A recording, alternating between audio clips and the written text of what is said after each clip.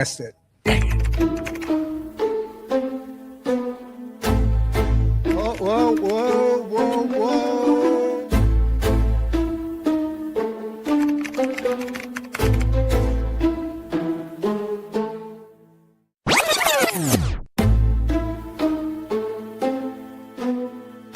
I'm Rod Duff, your host. And I'm producer Barbie. And together, we bring you our podcast, Insights and Straight Talk. And with that, producer Barbie and I are out.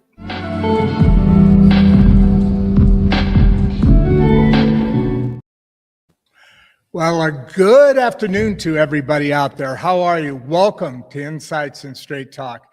I am, as you know, Rod Duff, alongside producer Barbie.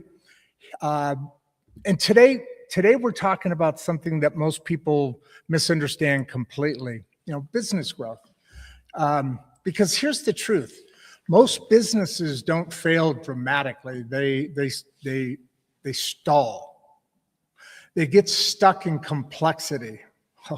I know this one very well. They overthink the offer, in other words. They chase persuasion instead of clarity.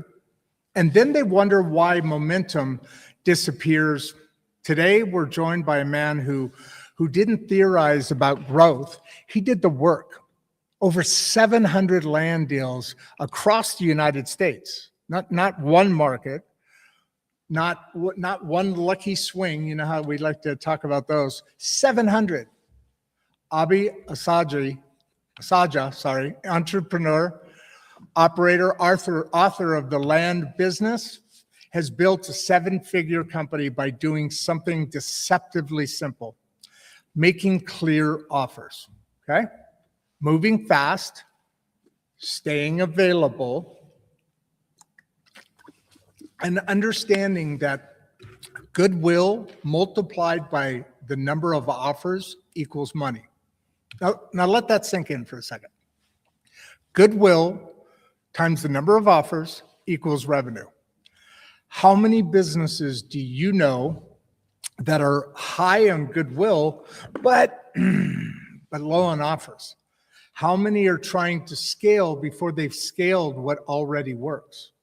How many think the answer is more marketing when the real answer is a better offer? Today, we're going to ask a couple of things. Why does speed beat persuasion? I love that. What do most entrepreneurs use? Why do they only use one offer when they should be using multiple, maybe 4 offers? Okay. It's curiosities I'm fascinated by. Why is a no?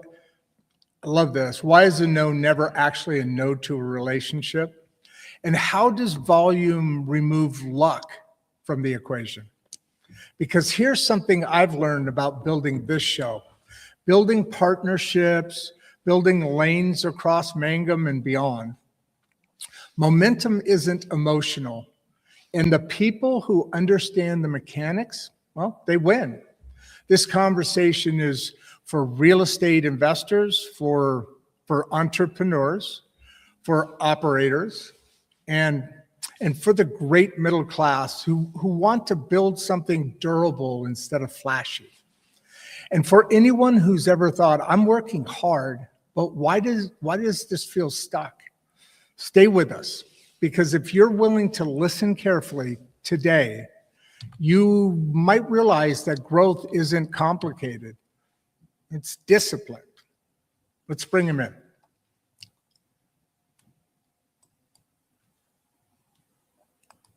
Abi, how are you? I'm doing well, Rod. Thank you for that powerful introduction. I loved it. I absolutely loved it.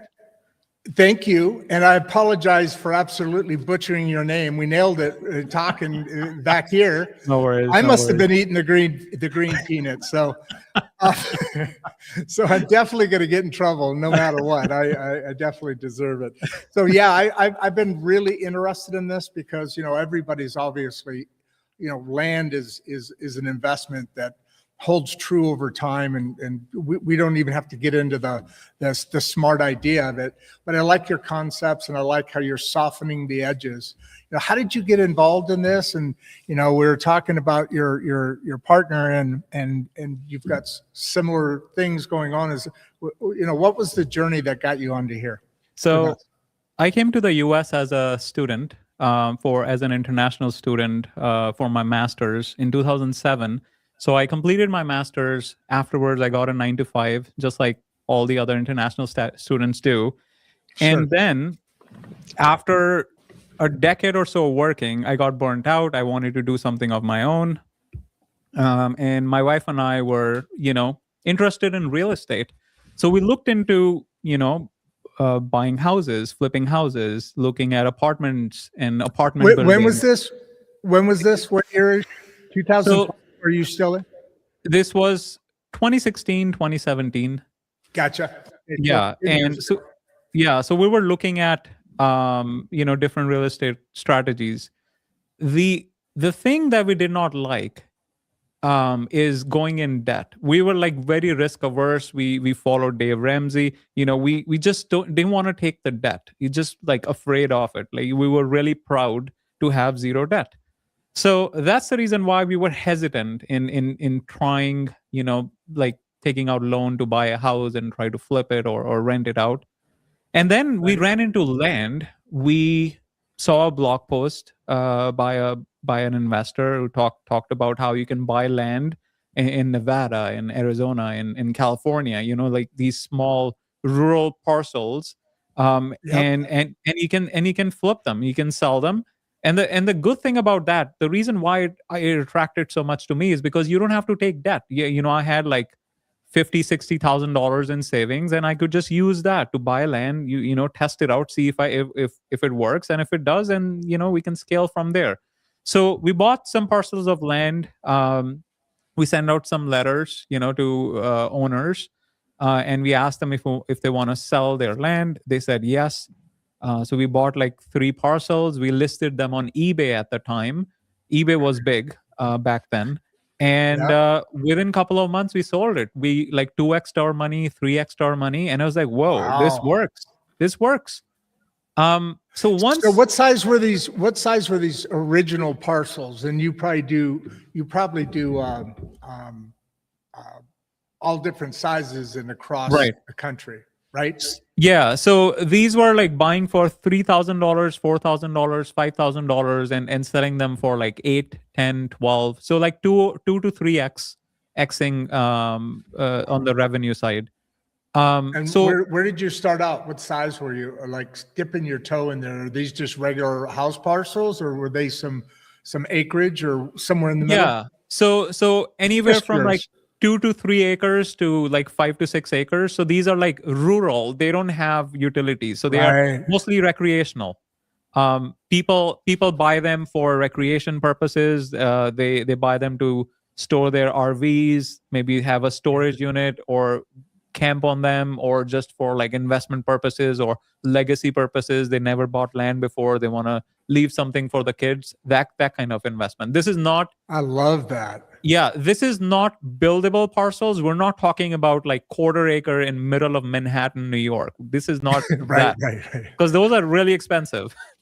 Yeah, the reason I'm asking is because I'm kind of indirectly, and why I've kind of been excited about this. Not kind of, I have been excited about this because I've recently moved from Chicago to rural America, and I've kind of seen this kind of open up because it's so out there. I'm in rural America. The town probably has 3,000 people in it. 25 miles to the nearest, and then there's open acreage farmers and cattle herders and all of that. So I'm seeing that, and it's a fascinating market. Go on. I don't mean to. I just wanted to sprinkle a little sauce on there.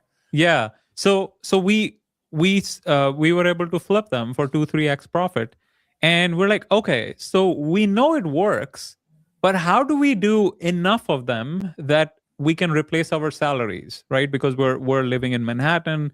We had like big expenses. Our rent is like $2,800 per month, right? So then we were like, okay, so we need to find a way to scale this. And then we started actually learning how to run a business, because at that point, we're just like regular 9 to 5ers. I'm in technology. My wife is in like affordable housing, work for the city.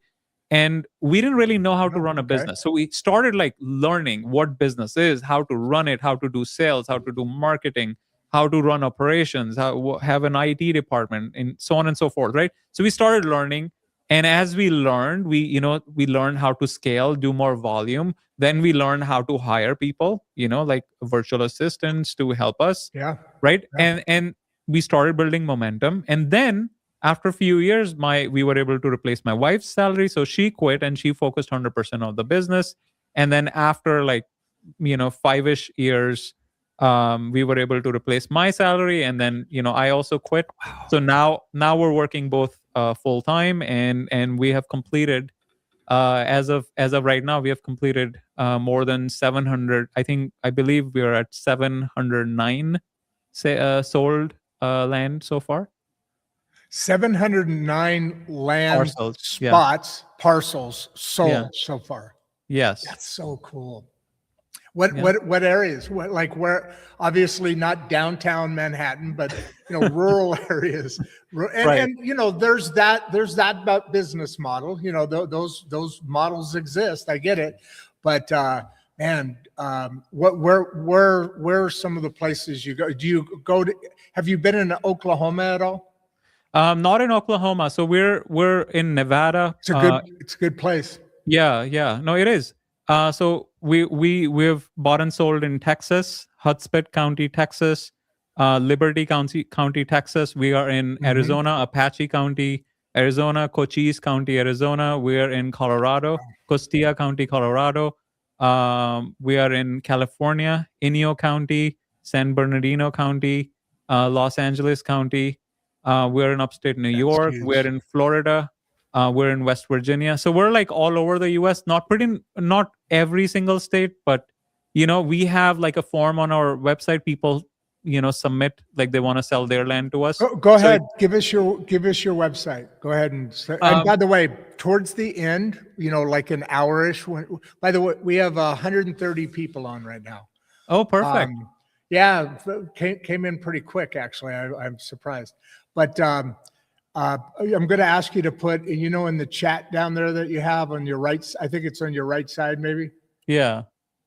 So this is put your contact information, and towards the end, I'll copy and paste it over. But go ahead and tell them your website and all that. Let's go ahead and throw that out there. This is interesting to me. I love this. Yeah. So this is my company website. So this is where I'm selling land.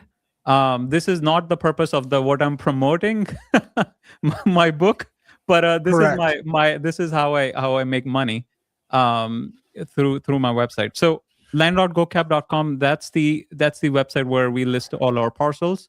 So you can see what we have right now. We're pretty much all over. So okay, so where do you get the book then? Also, book, you can get it from Amazon. It's called The Land Business. So this I wrote after we completed 700 deals. Cool. I wanted to write something. We were like thinking about like leaving a legacy and like teaching our kids and whatnot. So we wanted to document the principles. We didn't necessarily I didn't necessarily wanted to write a how-to book, because I know it's gonna get outdated within like few years, because softwares will change, technology will change, county rules change. So I wanted to write something timeless, something that can last like generations. So I wrote a principles book. So this book has 30 something principles that we used. And you mentioned one in the intro, which is like the biggest one, which we like kind of like when we learned it kind of like blew our mind, because we never looked at business like that before. And the principle is the amount of money a business makes is equal to the amount of goodwill you have in the marketplace multiplied by the number of offers you make to your customers. Now it is a mouthful. So I would love to go deep on this to give you an example. if I have your Please. permission. Yes, absolutely. Please. Okay, so We've got some questions coming in, but yes. And also before we end, same thing. Go ahead and put your book on there too, but go on with what you're saying. Yeah, so this is Rod, I think you're going to love this. So check this out. So say we are in a small town, just like, you are in a rural town, right? So Bingo. Yes. Rod opens a cafe shop, right? And Abi also lives there, and Abi opens a cafe shop, right? So we have our coffee shops, right? So Yep. Rod, so when a customer comes to Rod's coffee shop, right? They're like, oh, well, I would like to buy a small XYZ, like small cappuccino or whatever. And you're like, oh, we have a special going on. Would you like to upgrade to a medium? And then you're like, would you like to get a pastry with it? Or would you like to buy a croissant with it? Or would you like to take some coffee beans home? Like, obviously you're having a conversation, and these are the offers you're making your customer while as you're, just like we're having a conversation, as part of the conversation, you're making these offers, right? So assuming a customer comes into Rod's coffee shop and they ask for coffee, and in that conversation, you make, say, 6 or 7 offers, right? So that's how you're running your cafe shop, right? And yes. I'm in the same town, and Abi's cafe, when someone comes and wants to buy coffee, I was like, all right, here's your coffee. Thanks for coming in, right? So I just made one offer, right? Just the coffee. And you made like 7 offers, right? So you're 7, I'm at 1. So, and assuming we both are servicing 100 customers per day, right? At the end of the year, if we look at the revenue numbers for Rod's coffee shop compared to Abi's coffee shop, you can imagine the massive discrepancy, right? Because you'll be like 5x, 7x ahead of me. So if I made $100,000, you would be at like 700 or 600, right? Depending on how many people are taking those offers, right? So that's the number of offers side of the equation. Then we have the other equation, which is the goodwill, right? And so let's define what is goodwill and how is it different than trust, right?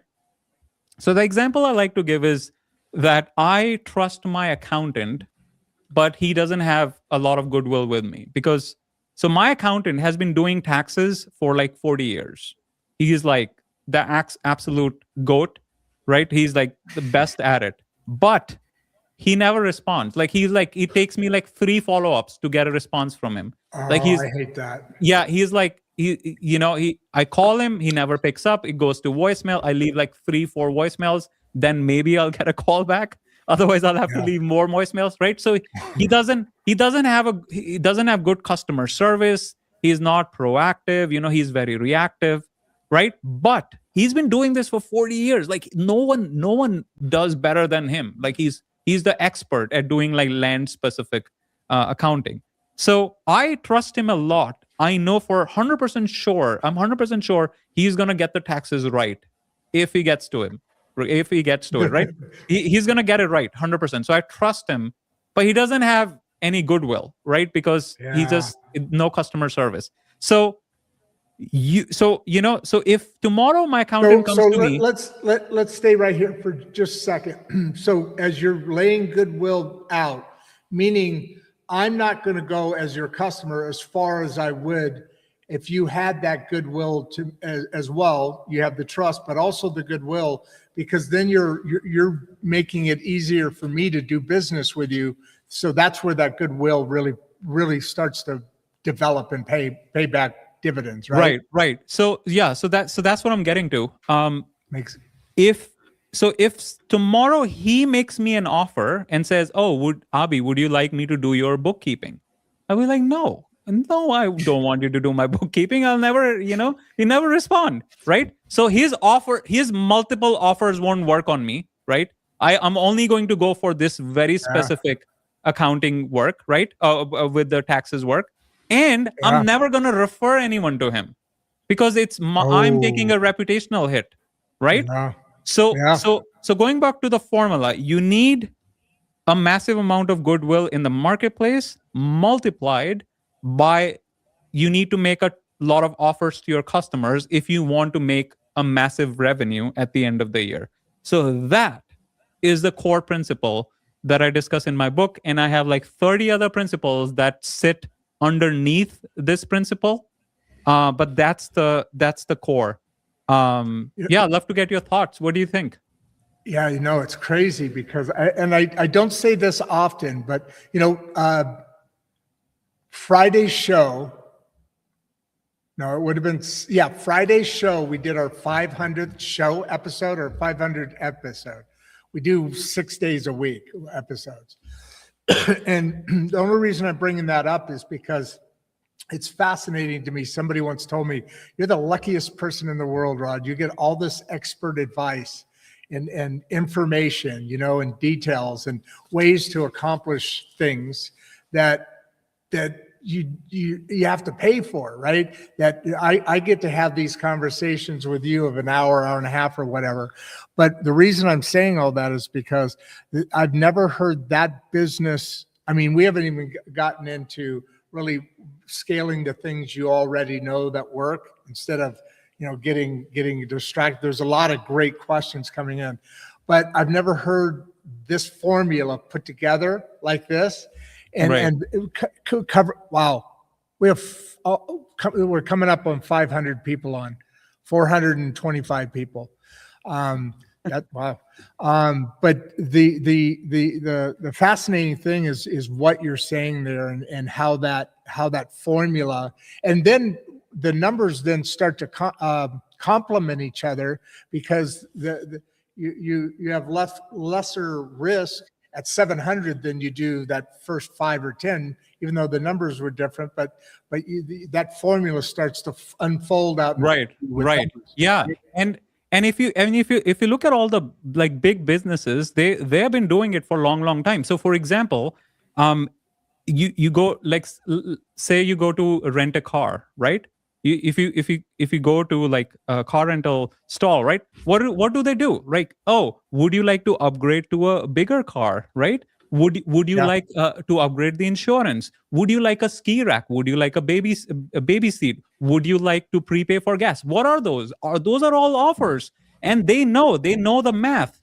The more offers they make, the more revenue they'll be generating, right? So that's like a core business secret that pretty much every like Fortune 500 company knows, but it's something that not a lot of small businesses are aware of. And when I learned this principle, I was like, my mind was blown, and I was like, all right, so how do I apply it in my land business? So that's how it all got started, and that was like the genesis or like the inspiration for me writing the book, because I was like, I need to share this.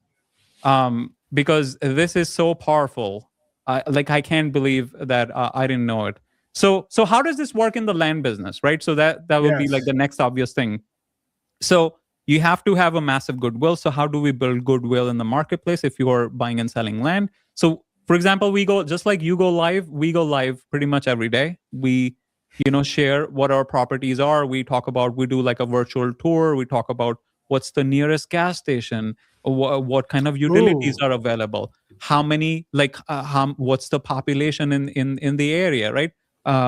What's the flood factor? Like, what are the chances of the area being flooded? What's the wetland situation? What are the environmental things you need to be careful of, right? So all the things we disclose upfront, right? As opposed to like a traditional real estate company where you are like pushing, you're like, oh, buyer needs to do their own due diligence, right? That's I'm sure you have heard this, right? 100%. Yes. And we flipped it. We're like, well, we're just gonna give you everything. We're just gonna disclose everything, and then we, by doing that, we're able to build goodwill, and the opposite effect happens because people start to trust you more. They're like, oh, they have nothing to hide.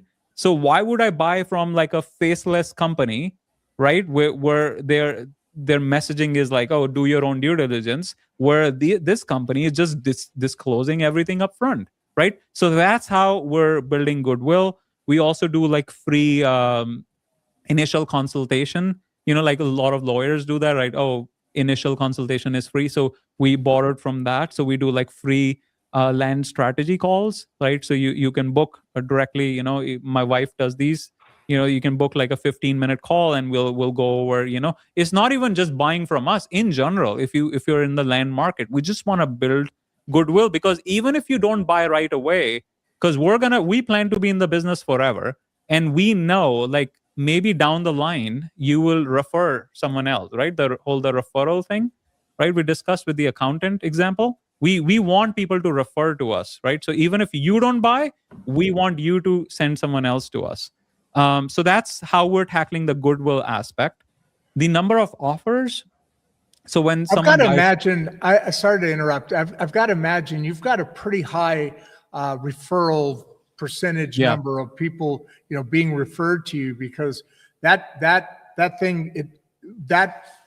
platform, it's not the right business model. Your business model is not only much more convenient, but that interaction plus the information.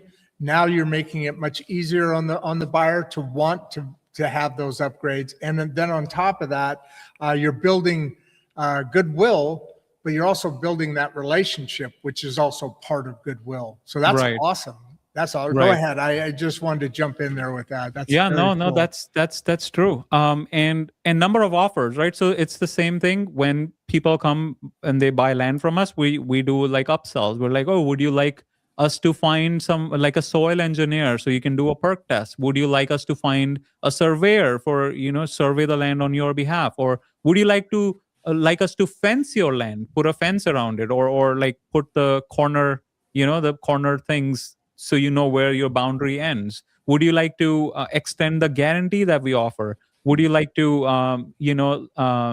like have some kind of a, like, a beneficiary? How, like, people put beneficiaries, like if someone passes away, land moves to them, like some, like, do you Gotcha. want some kind of that arrangement where we can set it up for you? Like, so a lot of, like, creativity is Lot your of limit things. in terms of, like, the offers you can make, right? As you can imagine, as if you're running a cafe, you can sell unlimited things. You can be like, oh, would you like me to do like that foam art thing on your coffee, right? Like, you could do like so many things. There is no hard limit. As long as you have goodwill, you have, as you said, relationship with the customers. These are repeat customers. They know Rod, right? Like, you have that kind of relationship, so you can make more offers, and at the end of the year, your revenue numbers will be higher. So that's the concept that I talk about.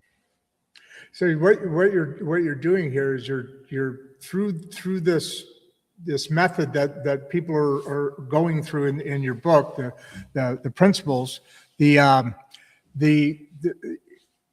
what you just described is basically, you've got to step back to, like, say, 30,000 foot elevation. You've heard that before, and look at your business and say, okay, how many offers can I create from my business model, this business model, or that one? I mean, that you literally go through a process doing that, right? I'm assuming. Yeah, I mean, it's obviously you're not gonna. So say you come up with 7 offers that you're gonna make as part of your cafe. You're not gonna, if you're starting a cafe, you're not gonna come up with all 7 on day one, right? You start with. Nor is it going to stay the same necessarily. Yeah, exactly. It'll evolve. Right? Yeah, they do evolve. Yeah, exactly. That's a very good pointer. Yeah. The offers that we started with, most of them are decommissioned, and we talk to the customers. So essentially, you want to think about their pain points, right? And then you want to align the offers to their pain points, because if they feel random, or they're like, oh yeah, that's not even my problem, people are just going to say no. So if you track metrics and you see, all right, so how many people are saying yes to this, how many people are saying no to this, right? And if it's like a flop, you're like, all right, clearly this offer is not resonating with my ideal customer. And then we start, like, nowadays you have like ChatGPT and all these AI tools to help you think and tinker and come up with more and more creative solutions. So we come up with like more creative offers to tackle those. Yeah. Today, and with AI, I'm glad you brought that up. It's amazing to me how no better time has it ever been in industrial history, where the little guys, the mom and pops, are the ones that want to utilize tools to be able to scale things that work and have information to work off of. That's always been big companies with big budgets and big teams, right?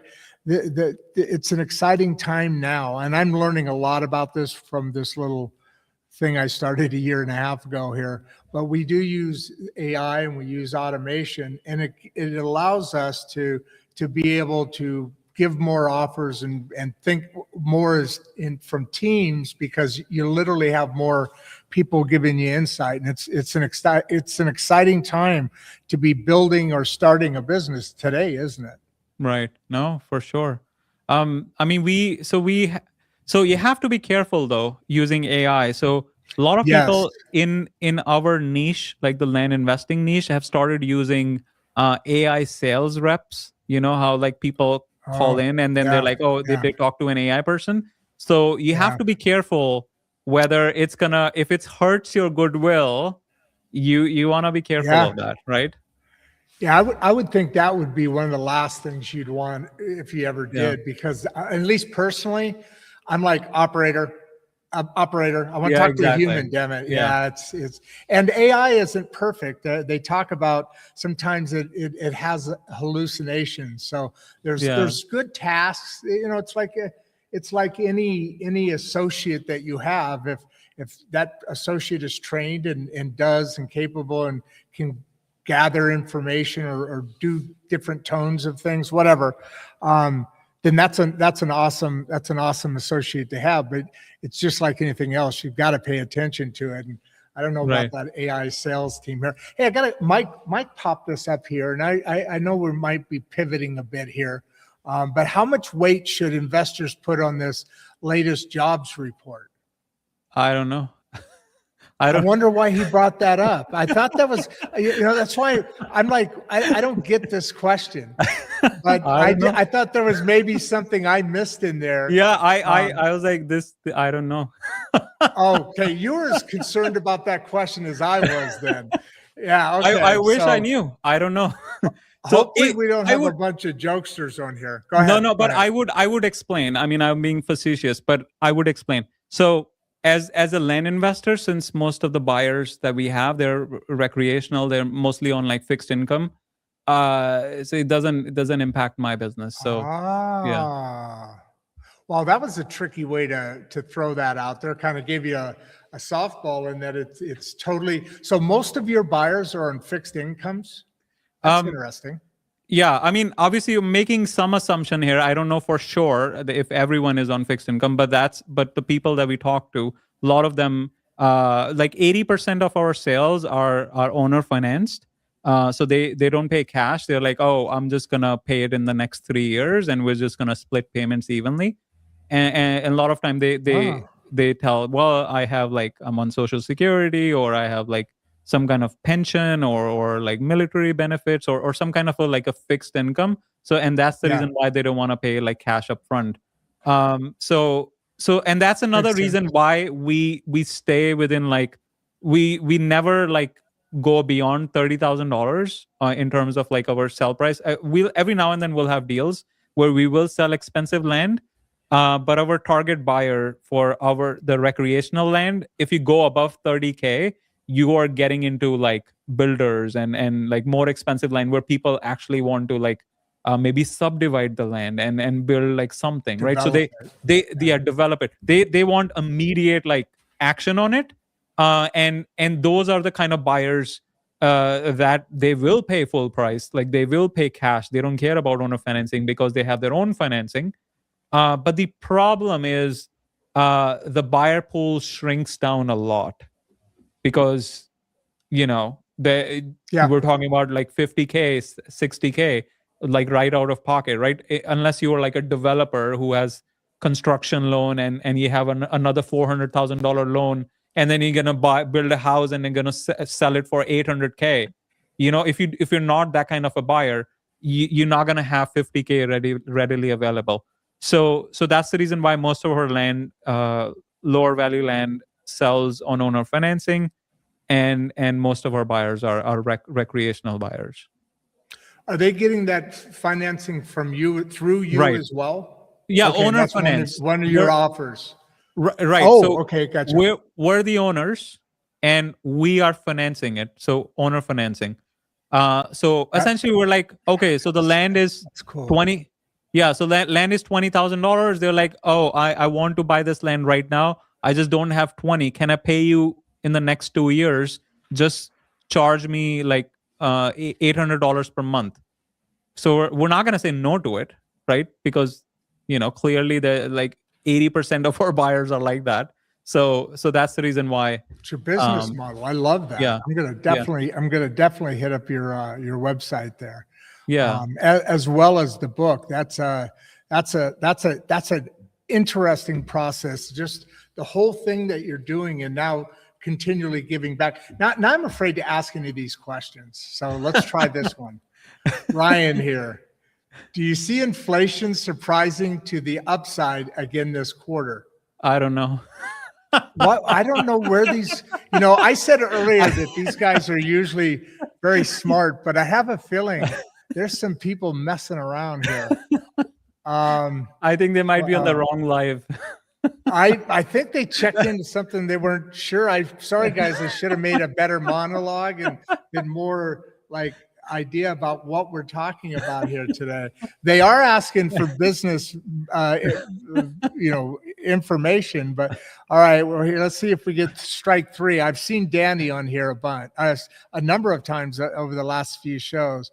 What's the biggest macro risk markets are underpricing right now?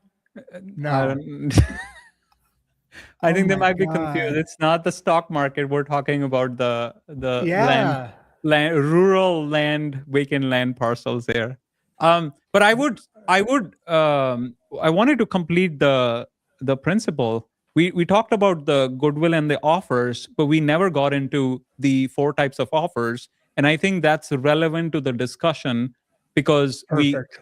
we talked about the cafe When you example. say 4 types, are you talking about 4 categories of offers that each company, Right. Yes. Whatever their product is? Okay, go ahead. Yes. Please. So these are the 4 different types. So we talked about the number of offers, but we never talked about the different types of offers. So there are 4 different types of offers. So one is the attraction offer. The second is the upsell offer. The third is downsell offer. And the fourth is continuity offer. So let's start with what attraction offer is. So attraction offer, so it's going back to the cafe example. So if you have, your cafe and you put a sign out and say, oh, would you like, or something like, oh, if you come in between 12 and 2 p.m., because, we know that there's not a lot of people coming into the coffee shop between 12 and 2, you can come in between 12 and 2 and everything in the store is 50% off, right? So that would be an attraction offer. And the reason for that is because you are attracting people who otherwise wouldn't want to come in your cafe. So you made this attraction offer, people come in, and then you still have your stack of upsell offers. You're making, would you like croissant with it? Would you like pastries with it? Would you like cookies with it? So on and so forth. So you have that stack of offers. Those are the upsell offers that we already discussed. And the third type is the downsell offer. So if you say you make an offer which is like, oh, would you like to bring home a 5-pound bag of coffee beans, or it just came in from Costa Rica, it's a specialty coffee beans, and they might say, oh yeah, I want to buy it, but it seems too expensive, right? So that's your upsell offer. They say no to it. You'll be like, oh, we also have smaller 1-pound bags, right? So you can like downsell them into a lower value offer, because clearly they demonstrated interest in that offer, but they just thought it was too much, right? So you downsell them. And the fourth kind is continuity offer. So continuity offer is like more like membership, like monthly recurring revenue, MRR, right? The big boys talk about it. So those would be like, oh, would you like to join a part of being? Would you like to be part of our coffee club? Community. We every month, you just pay $99 per month, and you come in, everything is discounted 15%. You get like rewards, you get like surprise bonuses. We have like pop-up sale. You'll be part of our newsletter. You'll know what's going on. So all those benefits you can sell as part of your continuity offer, right? So those are the 4 kinds of offers.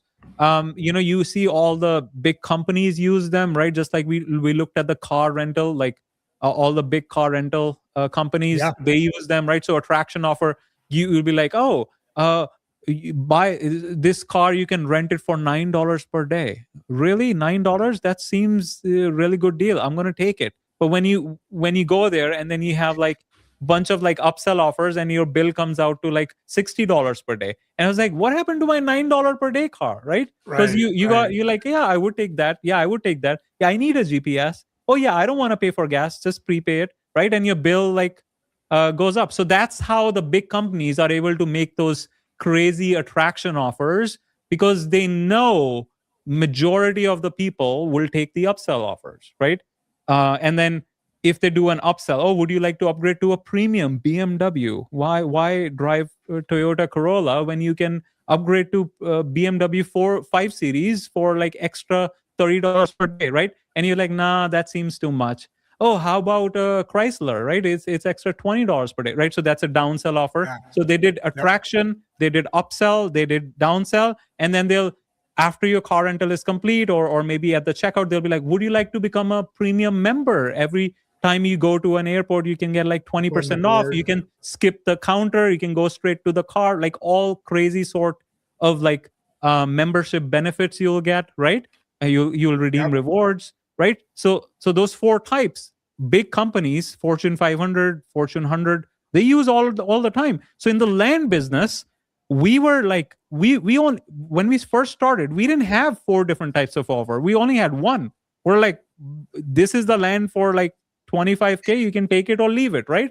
We didn't have like a owner finance terms, we didn't have a downsell, we didn't have like a member, like now we have a membership. You can become part of our Freedom Land membership where you get all these benefits, right? So you can imagine if your coffee shop versus my coffee shop, and you're implementing all of these 4 offers, you have membership, you have this, you have that, and my coffee shop, I'm just selling just coffee. You can see now the difference. We were at, your coffee shop was at 700K revenue, mine was at 100, and now you incorporate these 4 different offers, now you are at maybe at 2 million, right? So these are all the concepts, the principles that I go into. So the book starts with like the business principles, then I go into the sales principles, right? We talked about in the intro, speed beats persuasion and whatnot. We can get into those. So I go into the sales principles, and then finally I end with like the hiring principles, like how do you hire people? Because that was like one of our bigger challenges as well. Like, because if you have never hired anyone, it's very hard. Like, you don't know what you're doing, right? You're just guessing. You're just betting. You're like hoping the person you hired will work out, right? You don't know. So those are the principles, timeless principles I wanted to share, and that's the reason why I wrote the book. All right, I think we have some people that are actually in the right room. I believe that we actually have some people here. Olivia here, just a kind of a fun little one. What was the hardest deal that you did out of the 700 plus that you've done? So that's a good question. So out of 700, I think we lost money on maybe 4 of them. And the biggest loss was a complete write-off. And the reason for that is, this is a crazy story. So we send out these letters. So we buy land by sending out letters, and also through tax auctions, county tax auctions. So this one came through a letter. So we sent out a letter. The guy was a lawyer. This was in West Virginia. So the guy was a lawyer, and he was like very happy. So he didn't even negotiate on the price. He was like, yeah, just take it. It was like a $20,000 land, and he sold it for like $4,000. He was like, just take it. I don't want it. And we were like a little bit suspect. We're like, he didn't even negotiate. Usually people will be like, negotiate, we'll meet in the middle or something like that. So he's like, $4,000 for 20K land, and he didn't even negotiate. What's wrong with it? We couldn't find anything wrong. We looked at the wetlands. We looked at the floodplain. We looked at the slopes. We looked at the accessibility. Everything checked out. Everything. We double checked. And I was like, I asked my wife, can you check as well? I'm like, am I missing something here? She's like, yeah, let me check. And she's like, yeah, no, everything checks out. So everything looks good. I was like, maybe we got lucky. Maybe it's just a banger deal. What do you know, right? Sometimes it happens. Sometimes you get lucky. So, Mhm. so we bought it. A month later, we got a letter from the county, and they said, the property that you just bought does not exist. I was like, what? What do you mean it does not Whoa. exist? You can see it on the county maps. Yeah, that county map is wrong. It's like, what are you talking about? How can it be wrong? It says it's like a 4-acre parcel. So apparently what happened was, so this land was surveyed. By the way, it was surveyed by a professional surveyor, like in the 70s. And it Ah. was basically he confused north with west or whatever, like, and it was like so it basically, the parcel that we actually bought was like the neighbor's parcel, which had a house on it. So technically we are now the owners of a house, someone living there. But since it's been like 35 years, right, since that mistake, we had literally had zero claim on it, right? So we essentially bought nothing. And the lawyer knew about this. He was dealing with the county about this, and he obviously, why would he say anything? And he's like, I'm a lawyer. What are you gonna do? Sue me? Yeah, go ahead, right? So he was Yeah. super happy. He's getting free $4,500 from us, and we Yeah. were super happy. We thought, oh, we're just gonna make like 15K on it. But yeah, it was a complete write-off. The property did not exist. The survey was wrong. The surveyor was in the 1970s. That company didn't even exist. So there was literally nothing we could do to recoup our loss. And that doesn't happen very often. Obviously, it's very rare to some But degree. if you do 700, you're gonna run into one of them. Yeah, well, and the reason I say that is because actually, I live here in Mangum, Oklahoma. That's the Mangum City Library up in the corner there. They're one of our sponsors. But the reason I say that is because it used to be Texas here. This was Mangum, Texas, but the surveyor mistake the Red River for another river. So we actually moved, the state border moved a couple of miles. We're just over the border in Texas. But I know that actually is possible to happen. There's probably definitely some crazy ones out there. How did you stay consistent long enough to reach 700 deals? Because there's a lot of work behind that. I love this question. That's a juicy question. It I dedicated a whole chapter in my book. It's called, let me just really quick. Oh yeah, so it's chapter number 27. It's called Focus is the Price of Compounding. So think about it. Focus is the price of compounding, right? So so if you think about like S&P 500, right? Well, let's bring back those investors who were in the wrong room. I deserve that. And they did. I was sitting there telling you how smart they all were, and then they ended up in the wrong room. I don't know what the heck that was good. That was good. S&P 500, right? If you were to invest, right, 1970s, you put like whatever $10,000, and now if you just don't move it, right, you just let it compound, right, it's gonna be like worth millions, right? So it's the same concept in business, right? If you stay focused in like one lane, right, because there's so many distractions. 2026, right, it's the easiest year, like with ChatGPT, AI, and all these resources just like free, like easiest year to become extremely wealthy because there's just unlimited knowledge, right? But also the easiest year to be massively distracted.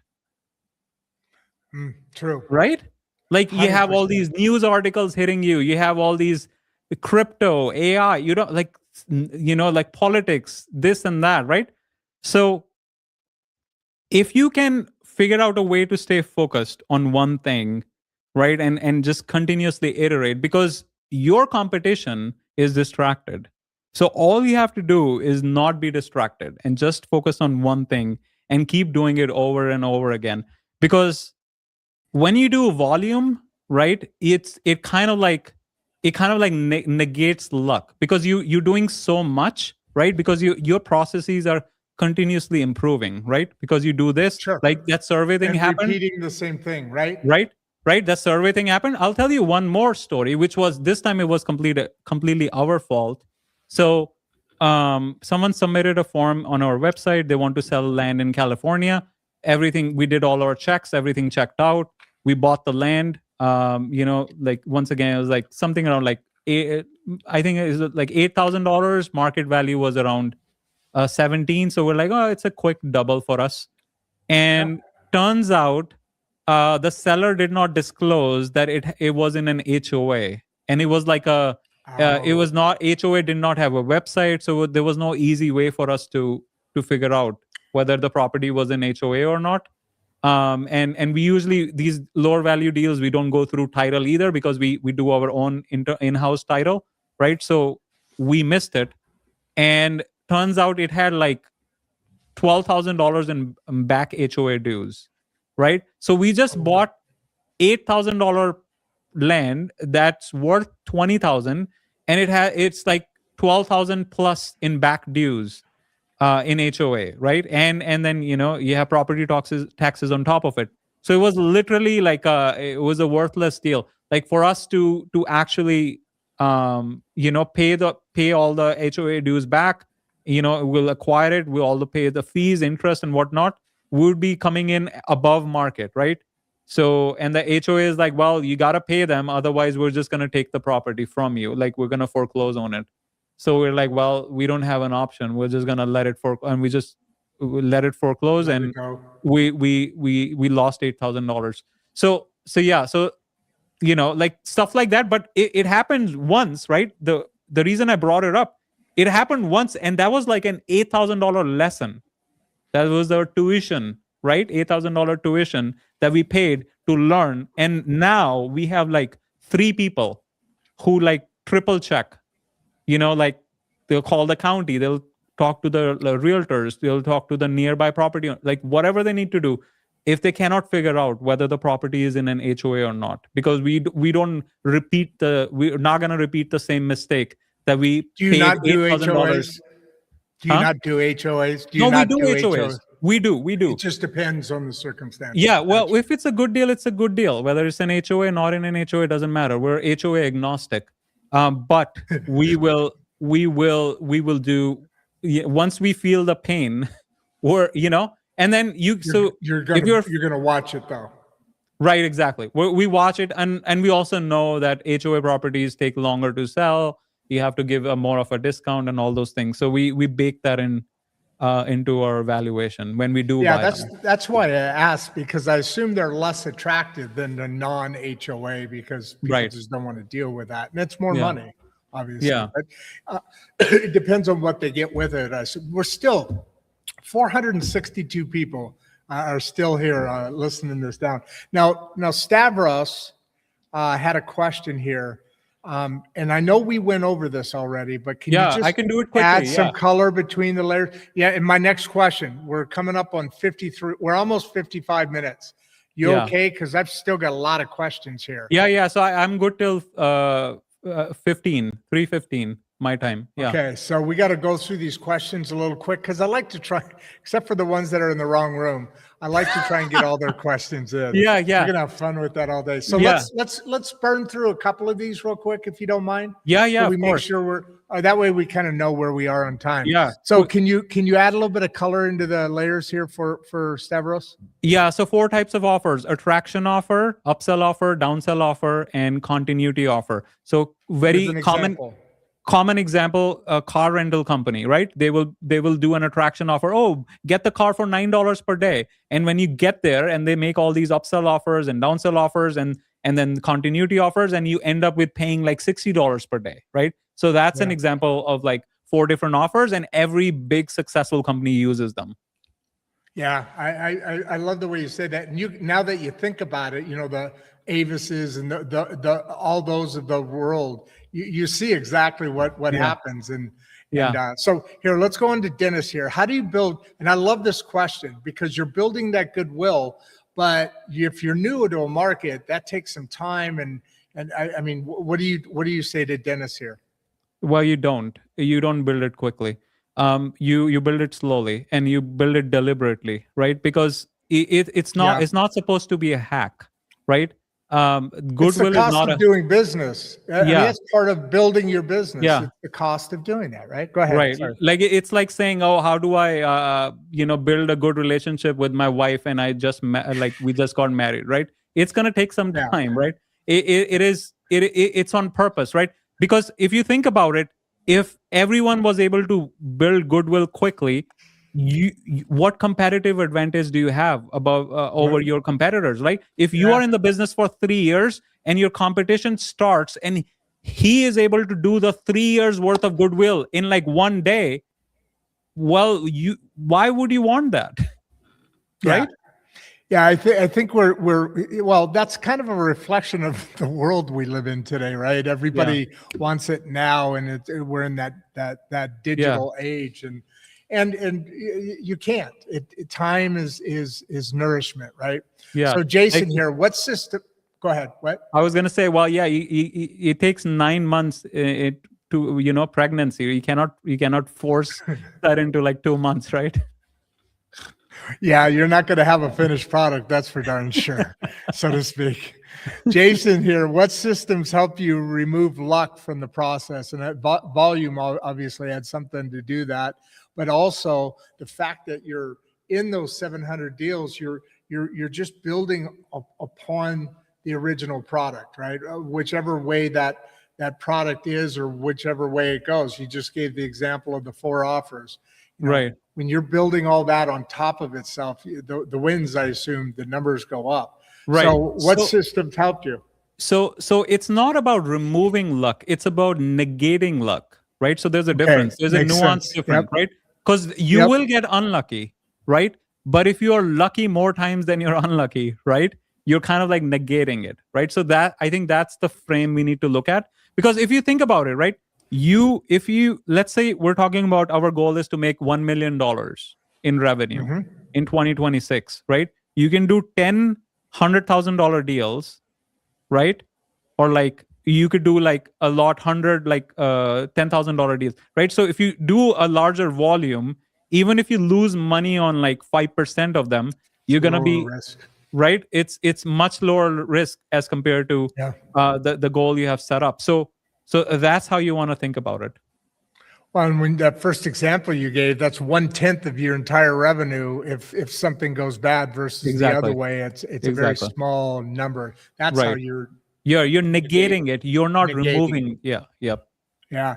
Oh, wait. Oh, hold on. Oh, shit. This is that one of those guys, Mike. What's the biggest mistake you see? Okay. All right. Yeah. I think he decided to stay. He goes, I'm in the wrong room, but you know what? I'm going to stay. Now anyway. I'm invested. Now I'm going to ask about being an entrepreneur. I think he just wants no, that's a good question. That's a good question. I think Mike turned it around. He's redeemed himself. That's one of those dingers. See, this one, you hit the dinger on this one.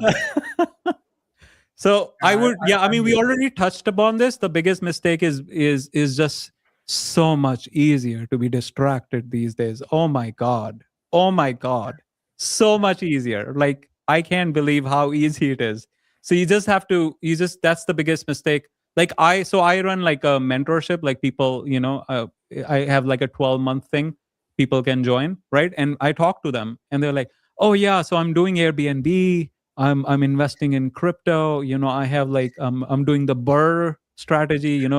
I'm doing right. Like I have like one rental, and I want to do like I looked at this land thing. I would like to have my 5th passive income stream. Can you help me with that? I was like, nope. Yeah, that's right. Gonna be a tough one because you're essentially saying you have 10 hours per week to dedicate to the land business, right? And then you're going to compete with people putting in 70 hours because that's all they do.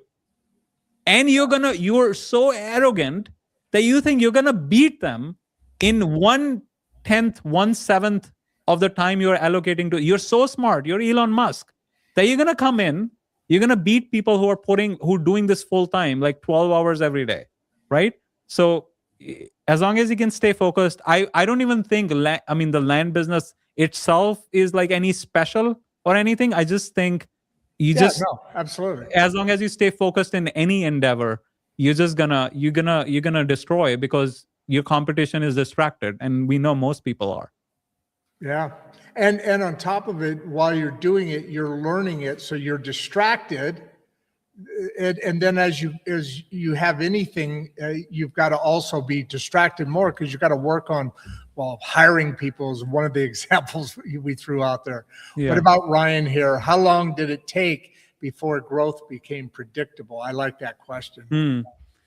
Well, it took us few years because once again, we were doing this as a side hustle, and we didn't have a lot of time. My wife was working, I was working, so we'll return, we'll get leads on our properties, and we'll return phone calls like after we come back from work, and that's really not ideal because you want to like speed to lead is a big thing. People when they go on land websites, they're not just requesting, oh, I want more information on this land. All right, now I'm going to drink coffee, right? I'm going to take it easy. They're like, request information, request information, request information, request. Like they're going through like 20 different listings. So if you're not responding to them within like 60 seconds, like while they are in front of the computer looking at your land, you get them a call. They get a call. They're like, oh, so what do you like about this? Well, what do you want to discuss, right? Or what do you want to know, right?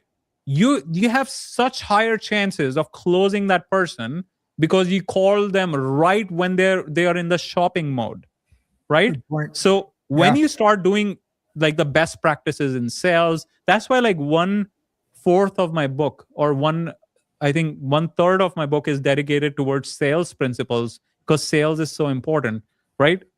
And if once we started implemented those like best practices in sales, like calling back leads right away, having our availability on the calendar, that's a big thing. We didn't touch on it, but availability is essentially a competitive advantage. Like if you are available, like if going back to the coffee example, like if your coffee shop is open 7 a.m. to 10 p.m. and my coffee shop is open 11 a.m. to 4 p.m., you're gonna do more volume. You're gonna do more, generate more revenue because you can handle more people.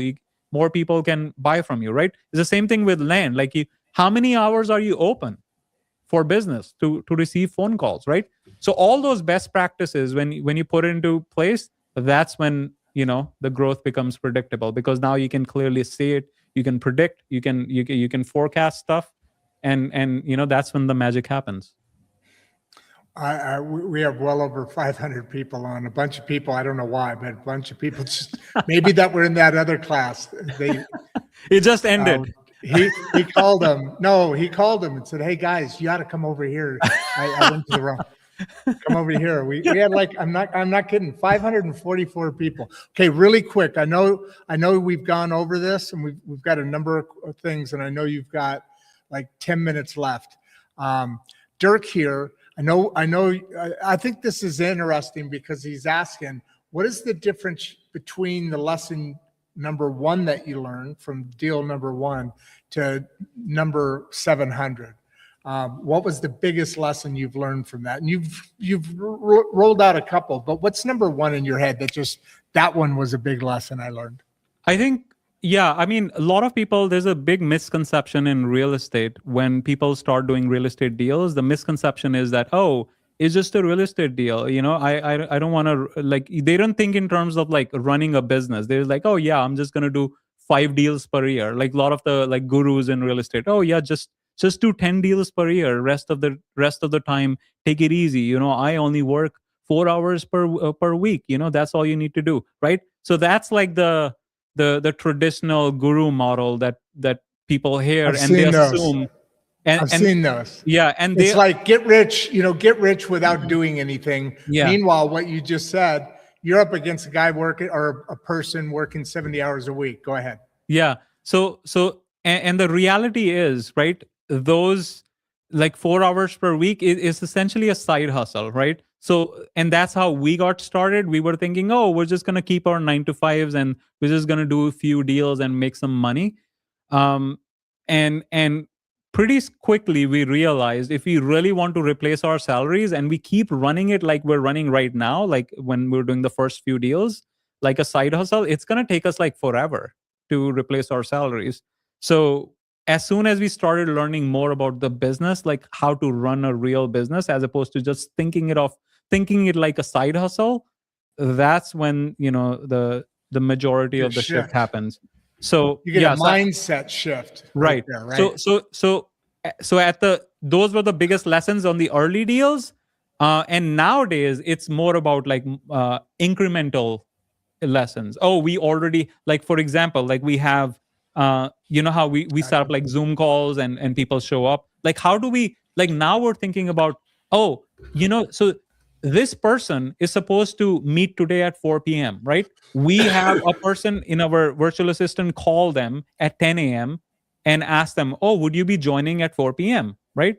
They say, yeah, of course, it's on the calendar, I'll be there at 4 p.m., right? Then we have our automated text alerts. They came out, right? Right? Automated text alerts. They're like, oh yeah, yes. Reply why if you're gonna show up at 7 p.m. Why? Right? Send. And then 4 p.m., right? And then we logged in at 4 p.m. Like my wife was like, all right, so this person already confirmed twice, so I'm ready to rock and roll. All right. And then no show. It's like, what? Bro, you just confirmed twice and you didn't show up. Right. So those are. It does increase the odds, though. It does increase the odds. Yeah. Yeah. So the show up rate, it does happen. Right. So those are the things we're like, how do we make this more efficient? Maybe instead of calling them at 10, maybe we call them an hour before, right? Like those are the things. Okay. So that, because now we're doing, we see patterns, right? We are seeing patterns. Oh, why are people not showing up to their appointments, right? So that kind of things you think about, like more incremental improvements as opposed to like the core belief shifts that happen during the earlier stage. That makes sense. You're just now layering on or building on what this infrastructure you built. I want you to read Will's comment here, would you? Out loud. Love how practical this is. No fluff, just real business strategy. Yeah, I love that. That was the goal. Thank you. All right, now that mindset shift, we just talked about this. Go ahead and read what Lori has to say. That mindset shift about turning every no into future opportunity. So we haven't really got into this. Yeah, we haven't touched my this. monologue. It was in my monologue. So yeah, we haven't touched this. So essentially, this was like also a major breakthrough for us once I learned this. So before, when someone comes in and they're like, oh, I would like to buy this land, and we're like, okay, well, you can do this, this, and this. Or like, oh, I really wanted to put my RV on it and the zoning doesn't allow it. So I can't buy it, right? So that was the conclusion of the call. And like, oh, sorry. But thanks for showing interest, right? And then we send them their way, right? So that was our BAU, business as usual model, right? But then I learned this strategy about like a no to your current offer is not a no to the relationship, right? So we're like, wait, we don't have to send them back. We can start a relationship.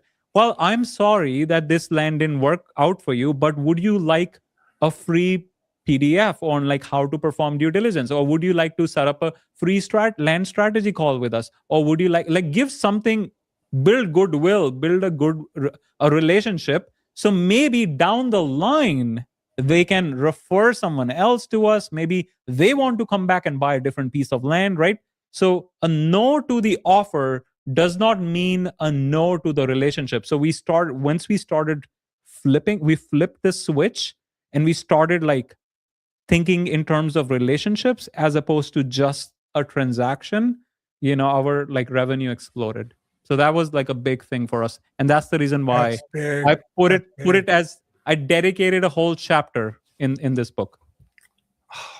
Hey, by the way, you didn't put yet in the notes your information on the book. I know you said, I'm saying Amazon. That's not right. Yeah, you can just search Amazon. Yeah, the land business. Yeah. Just can you put that in there so that they can see that, because that's a neat book. I'd love to look at it myself personally for my own personal reasons. All right, so I love that was Lori's. I like this question, Kevin. I think this is a good question, and if we could pop on a couple of these real quick. If you had to start over today, what would you do first? There's a couple of interesting questions. I would. Yeah, no, that's a good question. I would put heavy emphasis on building goodwill right away, because it, as we discussed earlier, it takes a long time. It takes years. You can't think of months. You have to think in terms of years. Right. So if you're starting out, just start, like, how do you build goodwill? Start a YouTube channel. We do daily live streams. So you can start like a YouTube channel where you can start offering value. You can start giving out free PDFs. You know how someone comes to your website, they try to exit, and you get a pop-up, download this checklist for free, that kind of thing. So you start building that goodwill right away, because it compounds, right? And you don't want to be too late to the party, because you're gonna miss out on the compounding magic that happens once you have a ton of it. Okay, so this is kind of the same question, a little bit different, but it sounds like somebody's living. Papa Lynn's here is out there doing something similar. It sounds like, what advice would you give someone stuck at their first 10 deals? You just have to do more volume, right? I mean, I wish I had a more sophisticated answer. Just do more volume, right? Don't make it complicated, right? It's volume. You have to do more volume, and you have to look at the constraints of what's preventing you from doing volume. Is it capital? Is it time? Is it resources? And then you narrow down on the constraint. If it's capital, well, how do you raise capital? How do you get lines of credit? Or how do you sell your existing properties faster so you can recoup that capital and reinvest it, right? So do more volume, and volume will force you to find the constraint that's holding you back. Ooh, I like that. That makes a lot of sense. Yeah, that makes it perfect. Especially as you're doing more and more, that volume is important, because then you see the patterns, like you were just alluding to. You kind of see where the constraints are, because it's flushing itself out, so to speak. Matthew here, and I think this has got to be a very important follow-up. I mean, availability, building that. What do you say to Matthew here? Yeah, follow-up is extremely important. You know what the most important follow-up is? The first one. Get to them right away. That's the biggest one, because a lot of people don't even respond right away. They'll respond in 24 hours. And by the time we have responded and we stole your sale. You know what? Somebody is really, no, Olivia, we're not going to dig any deeper. Can we get any deeper on the 4 offers right now? That's the 3rd time that's been asked today, isn't it? We covered, we are out of time. I mean, I'll recap: attraction offer, upsell offer, downsell offer, and continuity offer. We discussed it multiple times by now. We did. So you got somebody's ear. Read Jeffrey Bowman. Live stream is incredibly helpful. Thank you. Well, thank you. I would love to come back, by the way. This is such a nice audience. Interactive. They scared me the first couple of minutes, to be honest with you. But they are an awesome. They usually do behave nicely, but at least they came back and we've room. Got 630 people still at an hour and 13 minutes. We're still at 630 people on the show. So, it was a great show. Is there anything here, let me do this. That's correct? Yeah. So that's the website. That's my website. Yeah. And this is the name of the book, The Land Business. Yeah. Shoot that baby up. That's a good looking cover. I like that. Yeah. I try to make it minimalistic, so that, I was like, if I wanted to last forever, I don't want to put some designer in it. I was like, people will think it's outdated. But if you just put text on it, how are you gonna think it's not gonna outdate, right? Because it's just like text. And it's eye catching. It's clean. Mean, literally, it's eye catching because it's so clean. Yeah, and I didn't even put my name on it because I was like, I just want it to be timeless. I want to be selfless. Nice. Just pure value, right? That's what I was thinking. All right, my friend. I am. What do you want to leave? As I'm going to put you back in the green room. Okay. I may not be able to see you because your shirt's. No, is that green or is that black? No, I'm wearing black. Oh, okay. The earlier shot looked green. That's why I made that joke. No wonder it didn't work. So I'm going to throw you back in there in a minute. I'm going to close everything down out here. Just a couple of minute closing monologue, and And then I'll come back and see you. I do want to stay in touch because I very much enjoyed this conversation for personal reasons, as well as just the information that yes, the land is exciting, but that mindset, that business mindset, I told you, it's different than other lenses that have come to me on this show, and I love the way it makes perfect sense. But with that setup, what do you want to leave as a closing thought? No, just check out my book. All the principles that we discussed are in this book. I wrote it from a lens of being timeless. And I think the feedback that I'm getting is people are telling me that they apply not just to the land business, but to life in general, like the business life in general. So I think you'll get a ton of value out of it. And thank you for being part of the show and asking such thoughtful questions. All right, I was trying to get some things set up there, but you closed it out quick, and I missed on that connection. I'll give everybody a big wave, would you? And I'll see you on the other side. All right, beautiful. Yeah, that was another just great conversation. We talk about having these conversations with experts, and like he said, I'm glad that he closed it down the way he did, Abi, in that, it's a great land business, but the book that he's talking about is about business and the ability to utilize that, to utilize his method, this method that we're talking about now. That's what I love about conversations like this. There's no hype. There's no theory from the sidelines kind of thing going on here. Just operating experience. 700 deals. Think about that. 700 times an offer was made. 700 times risk was evaluated. 700 repetitions of clarity. And maybe the biggest takeaway today isn't about land. It's about simplicity. Like the cover of the book there.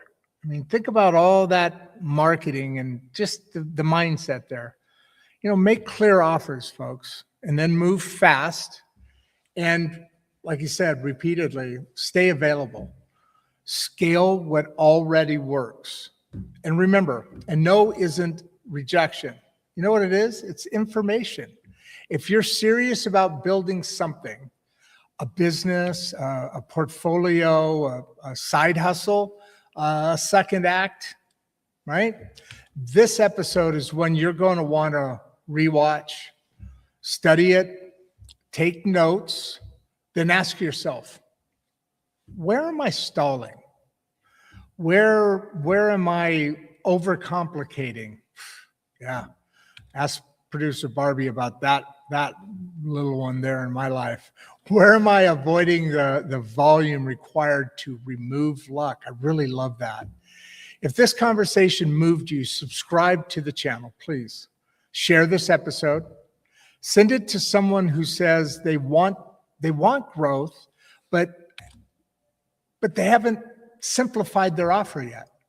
And if you want deeper behind the scenes conversations, the frameworks, the reflection, the personal lessons that don't always make it to the live broadcast, join us over on Substack.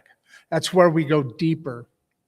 This is Insights and Straight Talk, where we don't just talk about business. We talk about capacity, right? Clarity, and building something that lasts.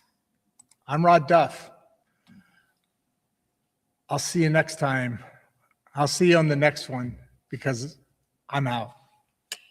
Before you leave, if you'd like to watch another one of the podcasts, click the first link in the description. We love having you here and we appreciate all your support. And with that, producer Barbie and I are out.